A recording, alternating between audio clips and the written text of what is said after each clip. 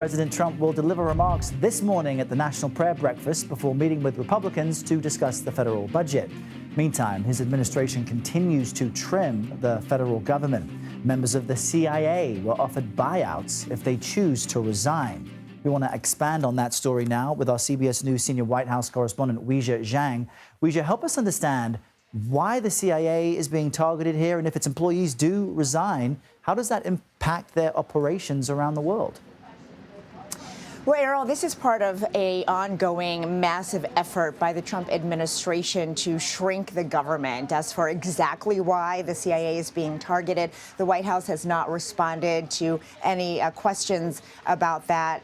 But we do know that the problem, Errol, is that according to the New York Times, the CIA handed over to the administration a list of names of recent hires who could be potentially made to leave or offered these buyouts.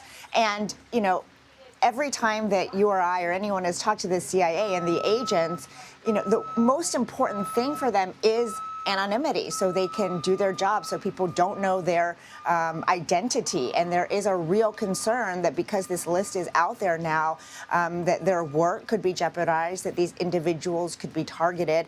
And as far as how it could impact the operations more broadly, of course, you know, the CIA is tasked with, at the end of the day, protecting national security by examining all of the foreign assets, all of the potential wrongdoing by foreign actors on the U.S. And so it could have a real impact. But we also know that President Trump has talked at length about the need to reduce these federal investigative agencies.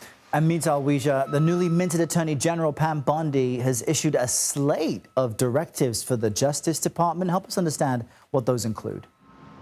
That's right, Errol. It's more than a dozen immediately after she was sworn into office. And remember, the DOJ and the White House historically has been independent of each other. And presidents have gone to great lengths to stress that, you know, they do not work in collaboration, that the Attorney General is in no way supposed to be carrying water for the president. But if you look at these directives, they certainly echo the things that President Trump has spoken at length about.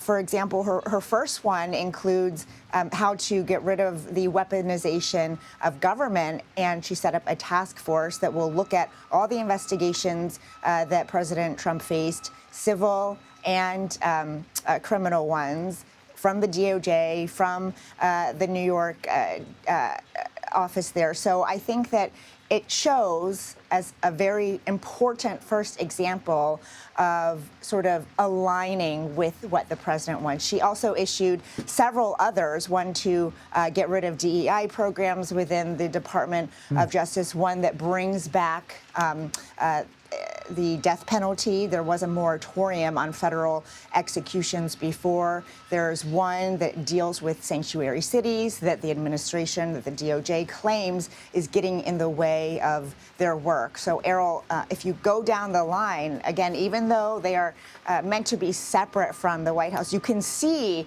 where there is overlap with things that the president himself has talked about. Very good points there. Weijia, thank you very much.